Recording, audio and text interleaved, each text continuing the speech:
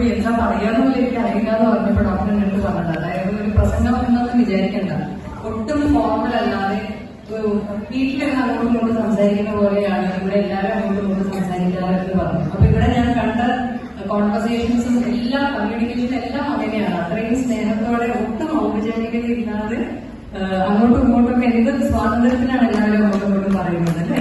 വലിയ സന്തോഷമുണ്ട്. ഇപ്പൊ ഇവിടുത്തെ ഡോക്ടറുടെ എനർജിയെ കുറിച്ച് ഇവിടെ ആർദ്ര പറഞ്ഞു.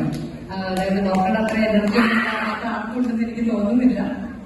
അപ്പൊ എനിക്ക് മനസ്സിലായത് ഡോക്ടർക്ക് എനർജി കിട്ടുന്നത് മറ്റെവിടെ നിന്നുമല്ല, നിങ്ങളുടെ അടുത്ത് തന്നെയാണ്. നിങ്ങളുടെ സ്നേഹവും എല്ലാ ഇമോഷൻസും തിരിച്ച് എന്ത് നിഷ്കളങ്കതയോട് കൂടിയിട്ടാണ് ഒരു മറയില്ലാതെ നിങ്ങൾ എക്സ്പ്രസ് ചെയ്യുന്നത് അല്ലേ. അപ്പൊ അതൊക്കെ വലിയ സന്തോഷമുള്ള കാര്യങ്ങളാണ് കാണാൻ. ഇന്നത്തെ ദിവസം എല്ലാവർക്കും അറിയാം ശിശുദിനമാണ്.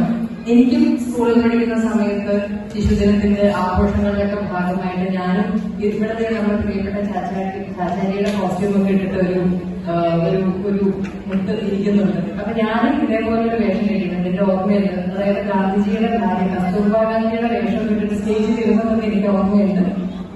അതേപോലെ പരേഡൊക്കെ ഉണ്ടാവും. പരേഡൊക്കെ ഉണ്ടാവുമ്പോൾ ഇങ്ങനെ അതിന്റെ ലീഡ് ചെയ്ത് നിന്നിട്ട് പല എക്സസൈസും ഒക്കെ കാണിച്ചു കൊടുക്കുന്നതും അതൊക്കെയാണ് എന്നെ സംബന്ധിച്ച് ശിശുദിനത്തിന്റെ ഓർമ്മകൾ സ്കൂൾ കാലഘട്ടത്തിൽ. എനിക്ക് തോന്നുന്നത് അതിനുശേഷം ഒരുപാട് വർഷങ്ങൾക്ക് ശേഷമാണ് ഒരു ശിശുദിനത്തിന്റെ ആഘോഷത്തിന്റെ ഭാഗമായിട്ട് ഒരു കൂട്ടത്തിൽ ഇങ്ങനെ ഇരിക്കുന്നത്. അപ്പൊ ഞാൻ അറിയാതെ എന്റെ സ്കൂൾ കാലഘട്ടത്തിലേക്ക് പോയി. ഇങ്ങനെയൊരു അവസരം എനിക്ക്, ഇങ്ങനെയൊരു ദിവസം, മനോഹരമായിട്ടുള്ള ദിവസം, ഇത്ര മനോഹരമായിട്ടുള്ള ഒരു കൂട്ടായ്മയിൽ നിങ്ങളോടൊപ്പം പങ്കിടാൻ എന്നെ സ്നേഹത്തോടെ ക്ഷണിച്ചത് ഡോക്ടർ മേരി ആന്റിയാണ്. ഡോക്ടറോട് മനസ്സ് നിറഞ്ഞ സ്നേഹം, നന്ദിയും ഞാൻ ഇവിടെ അറിയിക്കുകയാണ്. അത് മാത്രമല്ല, പ്രിയപ്പെട്ട ഹൈബിയും വിപിനും ഇപ്പം മറ്റു തിരക്കുകളിലേക്ക് പോയി. ഹൈബിയും ഇത്തരം പ്രവർത്തനങ്ങൾക്കും ഇത്തരം പദ്ധതികൾക്കും ഇത്തരം കൂട്ടായ്മകൾക്കും ഒക്കെ അങ്ങേയറ്റം എന്നും ഒപ്പം നിന്നിട്ടുള്ള ഒരു വളരെ എഫിഷ്യന്റ് ആയിട്ടുള്ള, വളരെ ഒരു സഹാനുഭൂതിയുള്ള ഒരു ജനപ്രതിനിധിയാണ് ഹൈബി. അപ്പൊ ഹൈബിയോടൊപ്പം ഈ വേദി പങ്കിടാൻ സാധിച്ചത് എനിക്ക് വലിയ സന്തോഷം.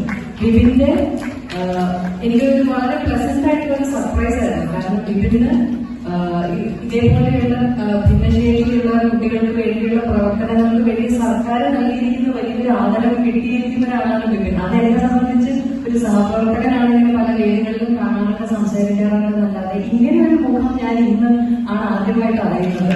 ഇപ്പൊ സിറ്റിയിലൊക്കെ വഴി വളരെ വർഷങ്ങളായി ഉപയോഗിക്കുന്ന പ്രവർത്തിക്കുന്ന ഒരാളാണ് വിപിക്കുന്നത്.